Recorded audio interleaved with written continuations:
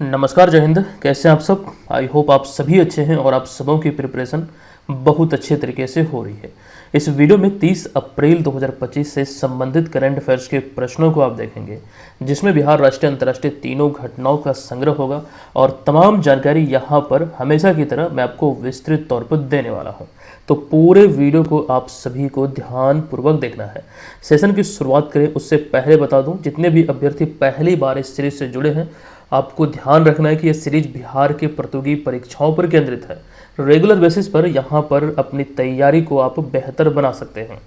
चलिए शुरुआत करते हैं। पिछले वीडियो में हमने एक प्रश्न पूछा था, उससे ये प्रश्न था कि जगदीशपुर बिहार में जन्मे 1857 के प्रथम भारतीय स्वतंत्रता संग्राम के महानायक वीर कुंवर सिंह की हाल ही में 23 अप्रैल 2025 को 167वीं पुण्यतिथि मनाई गई है।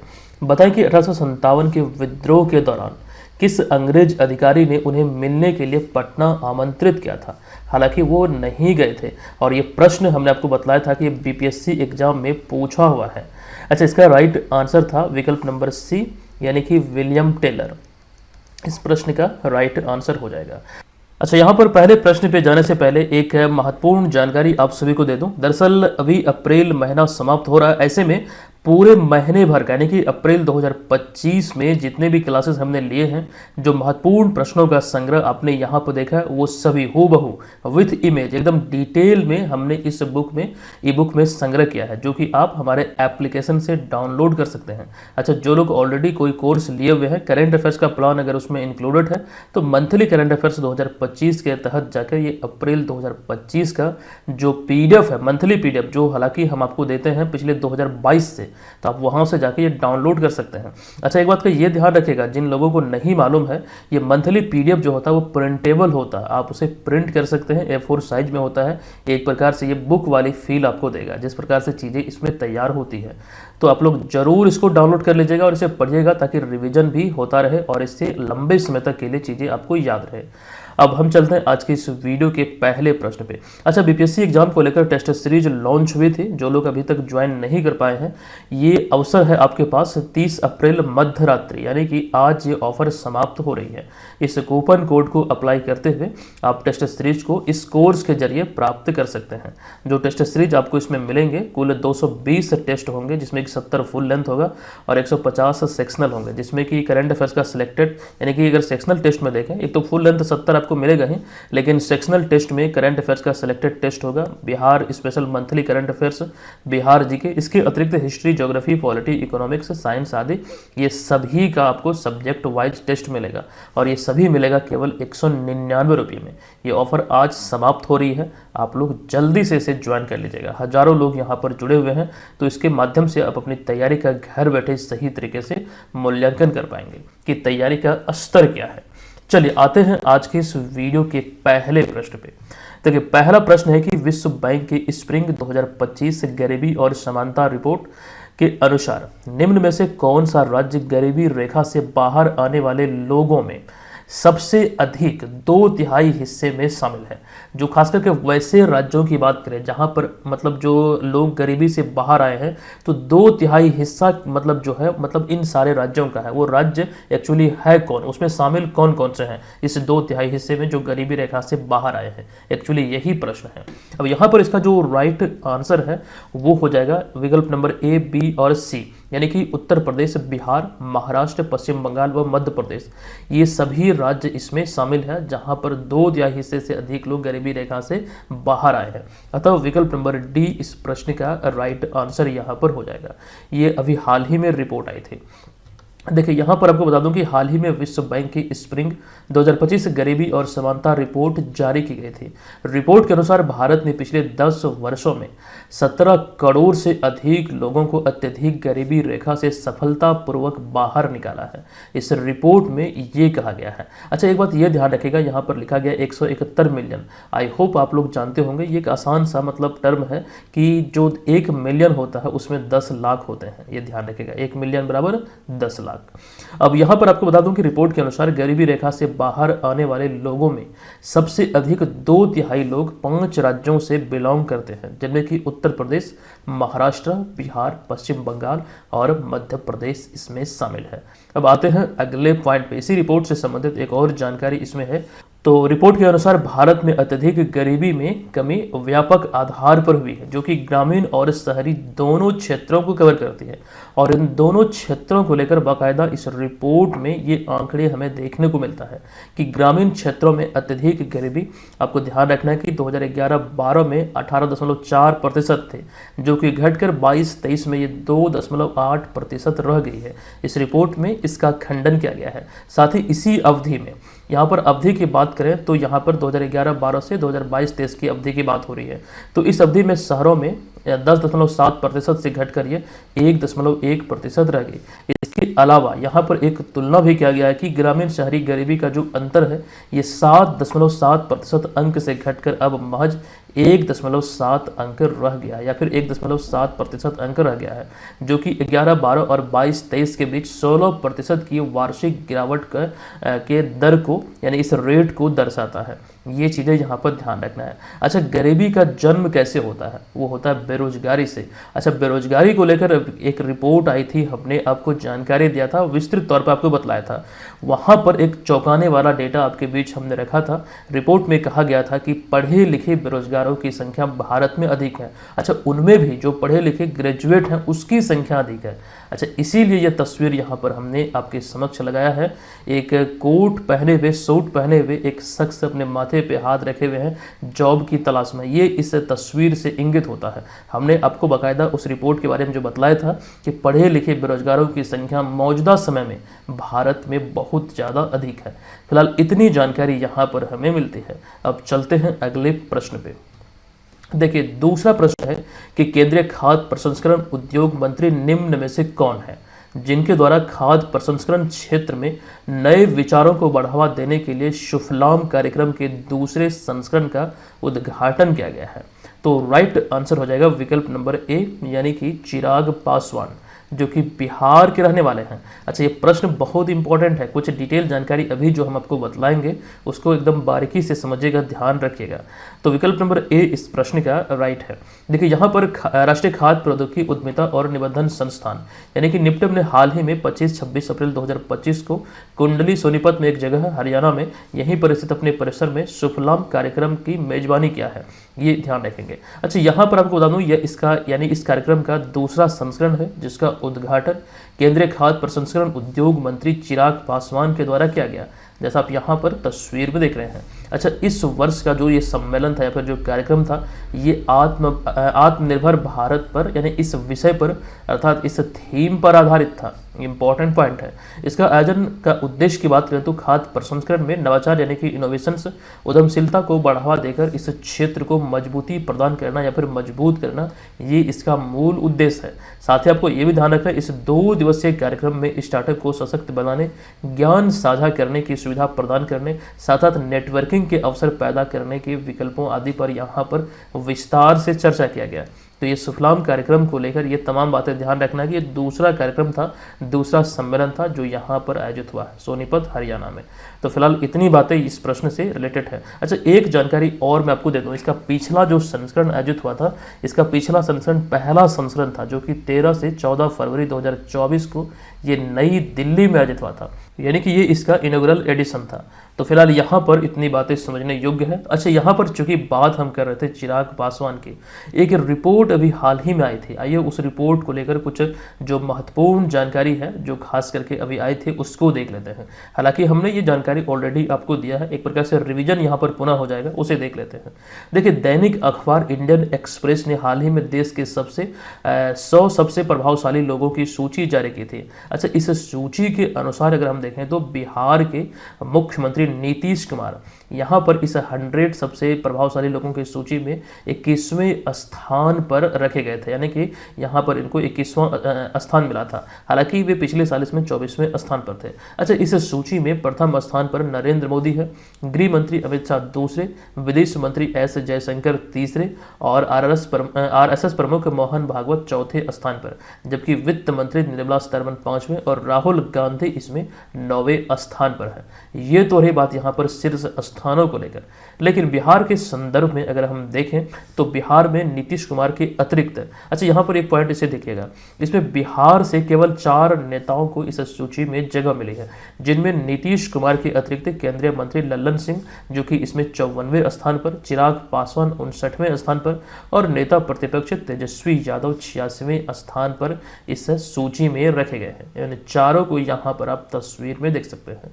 अच्छा, यहाँ पर बात हो रही है लल्लन सिंह, चिराग पासवान आदि की, तो मुझे लगता है कि एक जानकारी एक बार पुनः से रिवाइज यहाँ पर हो जाए जो बहुत ही इंपॉर्टेंट है। देखिए, मोदी कैबिनेट की बात करें, यानी कि नया मंत्रिमंडल जो अभी गठित हुआ है तीसरे कार्यकाल में नरेंद्र मोदी का, ऐसे में मोदी कैबिनेट में या फिर नए मंत्रिमंडल में बिहार से 8 सांसद को मंत्री बनाया गया है, जिनमें रामनाथ ठाकुर, राजभूषण चौधरी, नित्यानंद रॉय, सतीश चंद्र दुबे, चिराग पासवान, जीतन राम मांझी, गिरिराज सिंह और राजीव रंजन उर्फ लल्लन सिंह। अच्छा, इसमें आपको ध्यान रखना है, प्रथम जो 4 आपको दिख रहा है यहाँ तक सतीश चंद्र दुबे तक, ये सभी को यहाँ पर राज्य मंत्री का प्रभार सौंपा गया है, जबकि इसके अतिरिक्त चिराग पासवान, जीतन राम मांझी, गिरिराज सिंह और राजीव रंजन सिंह उर्फ लल्लन सिंह, इन्हें कैबिनेट मंत्री का प्रभार सौंपा गया है। तो कुल मिला के तीसरे कार्यकाल में आपको ध्यान रखना 8 सांसद को मंत्री बनाया गया है। इन सभी को तस्वीर में यहाँ पर आप देख सकते हैं। अच्छा, इससे पहले अगर हम बात करें 2019 में 6 और उससे पहले 2014 में बिहार से 7 सांसद को मंत्री बनाया गया था। मुझे लगता है कि ये पॉइंट एग्जाम पर्पज से इंपॉर्टेंट है और पूछे जाने की संभावना यहाँ से नजर आती है, तो फिलहाल ये जरूर आपको ध्यान रखना है। अच्छा, किस संसद को, मतलब जो उन्हें मंत्री का प्रभार दिया गया, कौन सा विभाग सौंपा गया है, वो चीज़ें भी बाकायदा यहाँ पर लिखी गई है। ठीक है, ये तमाम बातों को ध्यान आप लोग रखेंगे।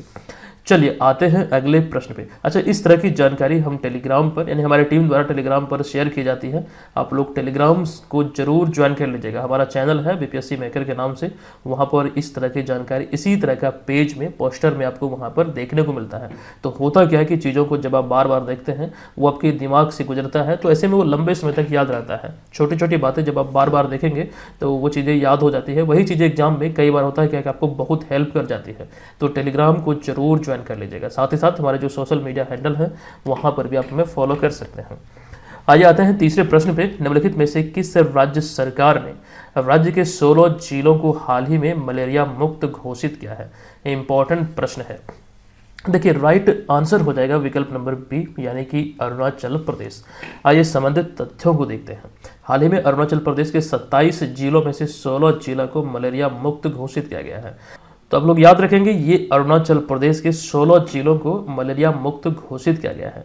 देखिए, चूंकि बात यहाँ पर हो रही है मलेरिया की, तो एक रिपोर्ट आई थी मलेरिया को लेकर WHO की, अभी हाल ही में हमने वो जानकारी दिया था। आइए यहाँ से जो प्रश्न एग्जाम में पूछे जा सकते हैं उसको एक एक करके देखते हैं। देखिए, विश्व स्वास्थ्य संगठन यानी कि वर्ल्ड हेल्थ ऑर्गेनाइजेशन अर्थात WHO ने हाल ही में विश्व मलेरिया रिपोर्ट 2024 जारी की थी। इस रिपोर्ट में कहा गया था कि भारत 2024 में मलेरिया से ग्रस्त देशों के उच्च जोखिम उच्च प्रभाव समूह से बाहर निकल जाएगा 2024 के अंत तक, ये कहा गया था इस रिपोर्ट में। अच्छा, 2023 तक भारत में मलेरिया के मामले लगभग 20 लाख हो गए थे घटकर, जो कि 2017 की तुलना में इसमें 69% की कमी दर्ज किया गया था और इसका खुलासा इस रिपोर्ट में किया गया था। ये सारे आंकड़े को लेकर हमने इस रिपोर्ट को लेकर आपको बतलाया था। आपको मालूम होगा अगर आप यहाँ पर सीरीज को डेली बेसिस पर फॉलो करते हैं। अच्छा, इतना ही नहीं, इस रिपोर्ट में और भी कई बातें कही गई, जैसे कि नाइजीरिया, कांगो लोकतांत्रिक गणराज्य, युगांडा, इथोपिया और मोजाम्बिक दुनिया भर के मलेरिया के आधे से अधिक मामलों के लिए जिम्मेदार है। दुनिया भर में जितने भी मलेरिया के मामले होते हैं, यहाँ पर मलेरिया से होने वाली मौत की हम बात नहीं कर रहे हैं, सिर्फ और सिर्फ जो मामला सामने आता है मलेरिया होने का, तो यहाँ पर ध्यान रखिएगा ये जो देश है नाइजीरिया, कंगो, युगांडा, इथोपिया और मोजाम्बिक, केवल यही देश दुनिया भर के आधे से अधिक मामले के लिए जिम्मेदार है। यहाँ पर मलेरिया के मामले की हम बात कर रहे हैं। साथ साथ आपको ये भी ध्यान रखना है, अच्छा एक पॉइंट ये इंपॉर्टेंट है कि मलेरिया जो है ये परजीवी संक्रमित मादा एनोफिलीज मच्छरों के काटने से होता है। अच्छा ये पॉइंट एग्जाम में पूछा हुआ पॉइंट है, ध्यान आप लोग रखेंगे। मलेरिया की बात हो रही है तो एक जानकारी ये भी दे दूं कि भारत सरकार वर्ष 2030 तक मलेरिया मुक्त होने का लक्ष्य निर्धारित किया है। अच्छा मलेरिया का जो मामला है वो जीरो करने का लक्ष्य 2027 तक का है भारत सरकार का, ये भी आपको ध्यान रखना है। और हमने कई बार ये डिस्कस किया है आपके साथ कि यहाँ पर जितने भी लक्ष्य भारत सरकार से संबंधित होते हैं वो एग्जाम पर्पज से इम्पोर्टेंट है, उन सभी को ध्यान रखिएगा। तो 2030 तक मलेरिया मुक्त होने का लक्ष्य है भारत सरकार का। अच्छा कुछ जानकारी और, चूंकि यहाँ पर मलेरिया की बात हो रही तो 2023 में WHO ने अजरबैजान और तजाकिस्तान को तथा 2024 में पिछले साल मिस्र को मलेरिया मुक्त प्रमाणित किया था। किसने? तो WHO ने। तो चूंकि यहाँ पर मलेरिया मुक्त प्रमाणित होने की बात हो रही है तो आपसे एक प्रश्न ये भी पूछा जा सकता है कि अब तक कितने देशों को, तो कुल मिला के 45 देशों को WHO ने मलेरिया मुक्त प्रमाणित किया है या फिर घोषित किया है, ये भी आप यहाँ से, अच्छा यहाँ पर देखिए मुख्य नहीं मुक्त होगा, ये मिस टाइपिंग हुआ, यहाँ पर अब मुक्त किया गया है। तो ये चीज़ें फिलहाल यहाँ पर आप लोग ध्यान रखेंगे। चलते हैं अगले प्रश्न पे। अच्छा एक जानकारी और भी छूट गया यहाँ पर, इसे भी देख लीजिए कि सबसे पहले 1962 में ग्रेनेडा और सेंट लूसिया को मलेरिया मुक्त घोषित किया गया था। तो फिलहाल इतनी बातें हैं, अब चलते हैं अगले चौथे प्रश्न पे। प्रश्न है कि 25 अप्रैल 2025 को मुंबई में आयोजित India audio summit and awards यानी कि IASA 2025 में, यहाँ पर एक शब्द ऐड करेंगे में, आकाशवाणी ने कुल कितने पुरस्कार जीते हैं? देखिए आकाशवाणी ने यहाँ पर कुल मिला के 6 पुरस्कार जीते हैं। आइए इसको लेकर चीज़ों को एकदम विस्तार से समझते हैं, देखते हैं। देखिए रेडियो और ऑडियो सामग्री निर्माण में उत्कृष्टता को मान्यता देने वाले पुरस्कारों का ये तीसरा संस्करण 25 अप्रैल 2025 को मुंबई में आयोजित किया गया। ये इसका तीसरा एडिशन था। यहाँ पर आकाशवाणी ने इस India audio summit and award 2025 में विभिन्न श्रेणियों में कुल मिला के 6 पुरस्कार जीते हैं। अच्छा कुल मिला के अगर हम बात करें तो पुरस्कारों की जो सूची है वो बहुत लंबी चौड़ी है।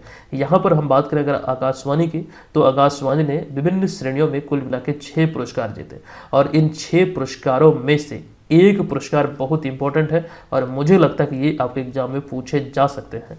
देखिए आकाशवाणी को मिले इन 6 पुरस्कारों में से एक है पूर्व केंद्रीय मंत्री स्मृति ईरानी का कार्यक्रम नई सोच नई कहानी और radio journey with Smriti Irani. ये एक रेडियो कार्यक्रम था जिसको अभी हाल ही में रेडियो का सीरीज ऑफ द ईयर घोषित किया गया है, अर्थात यहाँ पर रेडियो का सीरीज ऑफ द ईयर पुरस्कार से सम्मानित किया गया है।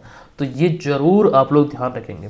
अच्छा आते हैं अगले पॉइंट पे, कुछ जानकारी हम आकाशवाणी से रिलेटेड देखते हैं, चूंकि ये अभी खबरों में है तो पूछा जा सकता है आपको। देखिए भारत में रेडियो प्रसारण की जो शुरुआत हुई थी मुंबई और कोलकाता से हुई थी। सबसे पहले मुंबई और फिर कोलकाता, जो कि 1927 से मतलब इसी ईस्वी से यहाँ पर शुरुआत हुआ था, जो कि निजी ट्रांसमीटर द्वारा शुरू हुआ था। यहाँ पर यही चीज़ें आगे लिखी गई है। 1927 में ये 2 निजी ट्रांसमीटरों से शुरू हुई थी। 1930 में इसका राष्ट्रीयकरण हुआ था, तब इसका नाम भारतीय प्रसारण सेवा यानी कि इंडियन ब्रॉडकास्टिंग कॉरपोरेशन रखा गया, किंतु बाद में 1957 में फिर से इसका नाम बदला गया और इसे रखा गया आकाशवाणी।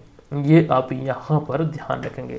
अच्छा इसका जो टैग लाइन है आकाशवाणी का, आप यहाँ पर देख सकते हैं, बहुजन हिताय बहुजन सुखाय, ये इसका टैग लाइन है और ये भी एक प्रश्न का रूप है।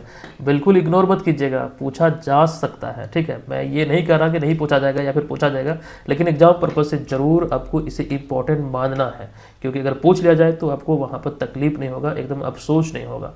चलिए अब यहाँ पर हम चलते हैं अगले प्रश्न पे।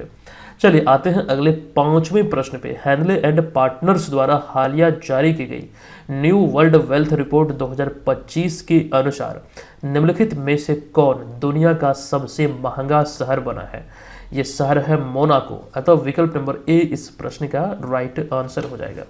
आपको बता दूं कि हाल ही में हैनले एंड पार्टनर्स द्वारा न्यू वर्ल्ड वेल्थ नामक रिपोर्ट की नवीनतम संस्करण जारी की गई और इस नवीनतम संस्करण के अनुसार मोनाको जो है ये दुनिया का सबसे महंगा शहर है, जहां की 40% से अधिक आबादी करोड़पति है। और इसके बारे में कहा जाता है कि लगभग यहाँ पर हर दूसरा व्यक्ति करोड़पति है। आप अंदाजा लगा सकते हैं कि 40% से अधिक की आबादी यहाँ पर करोड़पति है। ये शहर कौन सा है? तो मोनाको। अभी ये दुनिया का सबसे महंगा शहर घोषित हुआ है इस रिपोर्ट के आधार पर देखें तो हैनले एंड पार्टनर्स द्वारा जो न्यू वर्ल्ड वेल्थ नामक रिपोर्ट जारी की गई उसके आधार पर।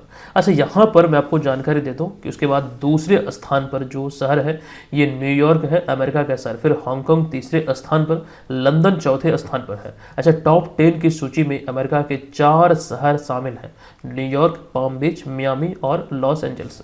ये 4 शहर को इसमें इस सूची में जगह मिला है। तो फिलहाल इस रिपोर्ट में मुझे इतनी ही जानकारी इंपॉर्टेंट लगी है जो आपके बीच हमने रखा है। अब चलते हैं अगले छठे प्रश्न पे। देखिए, हालिया जारी टाइम्स हायर एजुकेशन की एशिया यूनिवर्सिटी रैंकिंग 2025 में किसे भारत में सर्वश्रेष्ठ विश्वविद्यालय का दर्जा दिया गया है। देखिए, सबसे पहले ये समझिए कि टाइम्स हायर एजुकेशन की एक रिपोर्ट है और ये एशिया यूनिवर्सिटी रैंकिंग के संदर्भ में है, यानी कि एशिया के विश्वविद्यालयों की रैंकिंग के संदर्भ में है। 2025 में इसमें कहा गया कि भारत में सर्वश्रेष्ठ विश्वविद्यालय का दर्जा किसे दिया गया, तो भारतीय विज्ञान संस्थान बेंगलुरु को, यानी IISc बेंगलुरु को इसमें प्रथम स्थान पर रखा गया है। आइए यहाँ पर संबंधित तथ्यों को देखते हैं। देखिए, भारतीय विज्ञान संस्थान बेंगलुरु को टाइम्स हायर एजुकेशन की एशिया यूनिवर्सिटी रैंकिंग 2025 में भारत में सर्वश्रेष्ठ विद्यालय का दर्जा दिया गया है। तो ये पहले स्थान पर है भारत में, यानी कि शीर्ष पर है। लेकिन वहीं पर एशिया के दृष्टिकोण से देखें तो IISc बेंगलुरु को 65.2 अंक के समग्र स्कोर के साथ एशिया में 38वां स्थान मिला है। एशिया रैंकिंग में ओवरऑल देखें तो 38वें स्थान पर है IISc, जबकि चीन की सिंघुआ यूनिवर्सिटी यानी कि चाइना की सिंघुआ यूनिवर्सिटी 93 स्कोर के साथ एशिया में शीर्ष रैंक वाला उच्च शिक्षण संस्थान रहा है।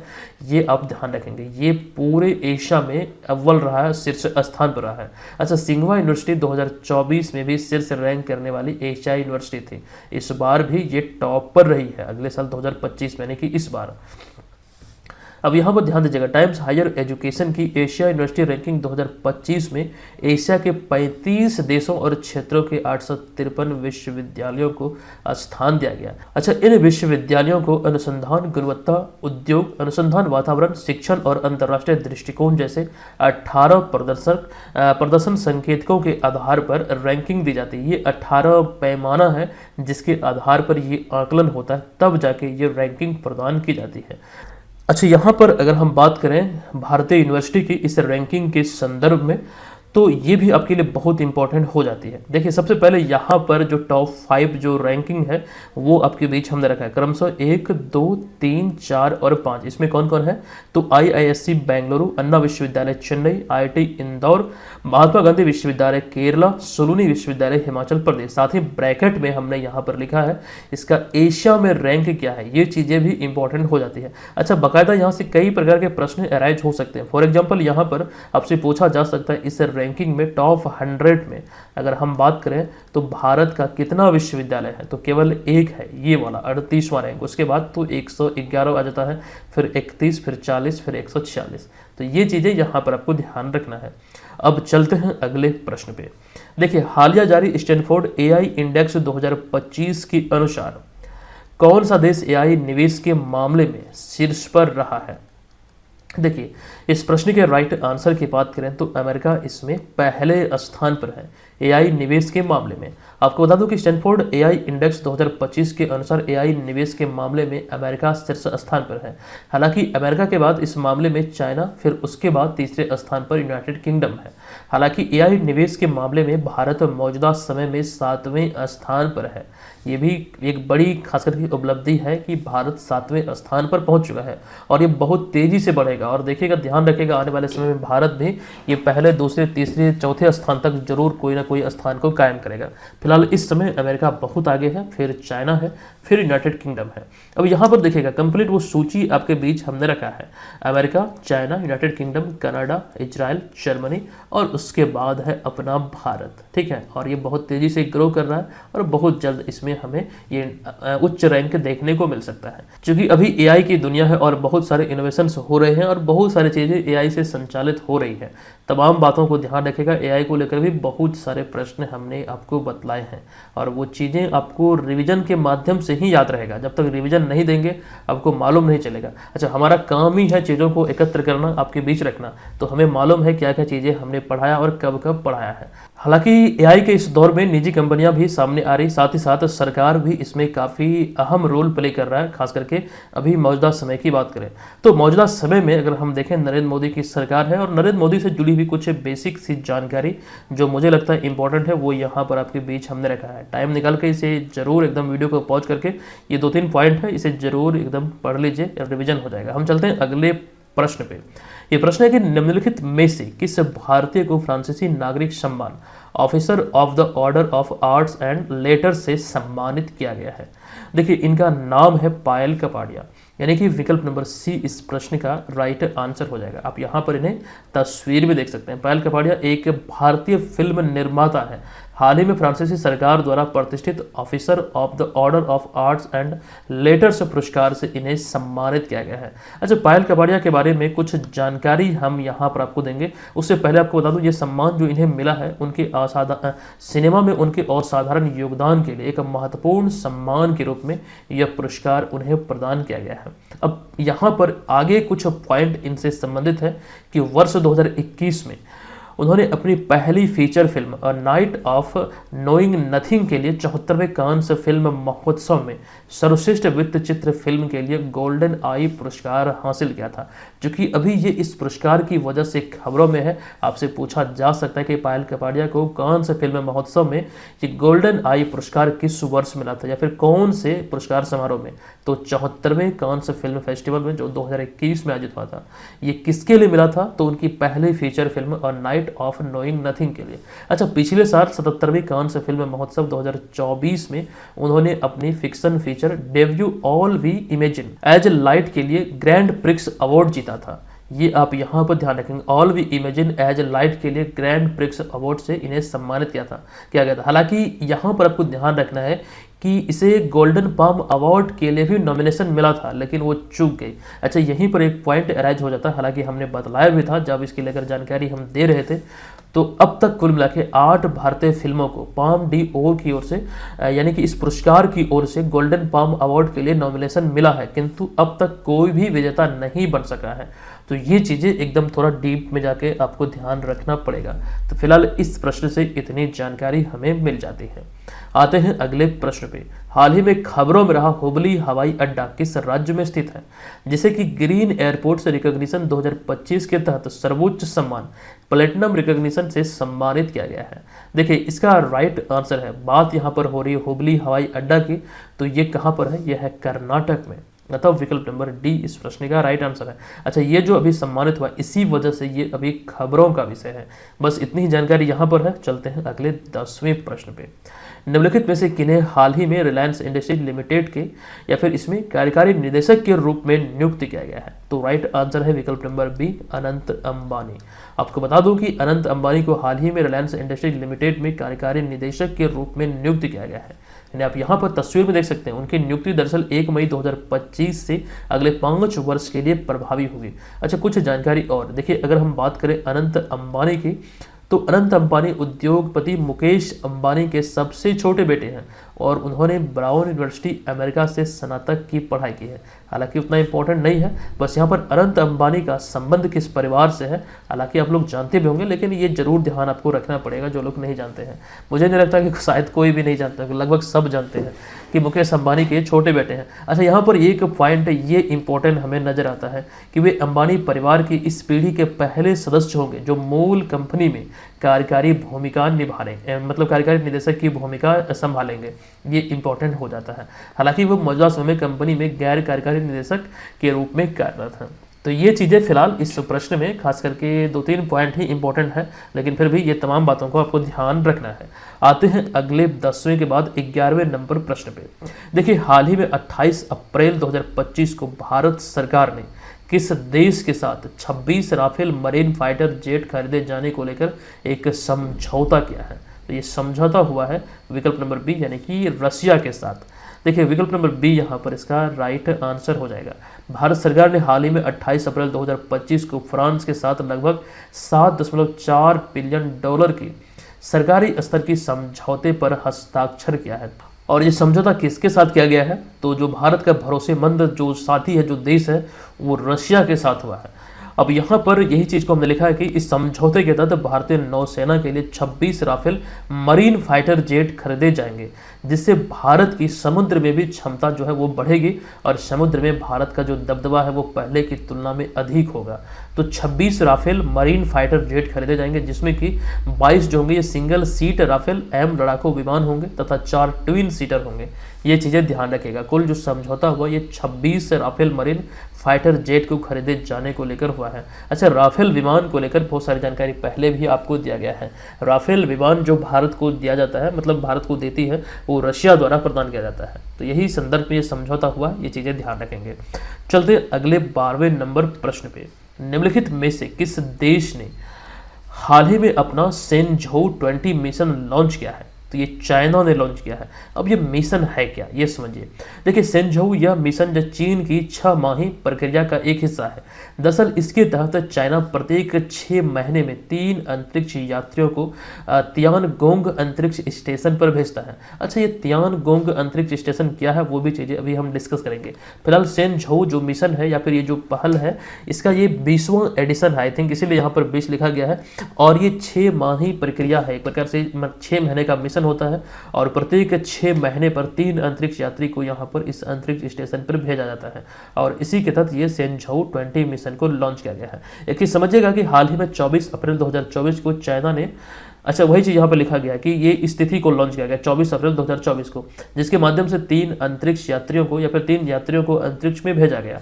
ये 3 यात्री पिछले 6 माह से अंतरिक्ष स्टेशन पर तैनात अपने सहयोगियों की जगह लेंगे, यानी कि वो वापस आएंगे और ये जो 3 जो गए हैं वो वहाँ पर अगले 6 माह तक रहेंगे और पूरी निगरानी करेंगे। तो ये चीज़ें यहाँ पर समझिए, ध्यान रखें। अब एक जानकारी और मैं आपको देने वाला हूँ। चीन एकमात्र ऐसा देश है जिसका खुद का, यानी कि अपना खुद का अंतरिक्ष स्टेशन है और चीन के इस अंतरिक्ष स्टेशन का नाम है तियानगोंग, जो अभी यहाँ पर हम आपको बता रहे थे।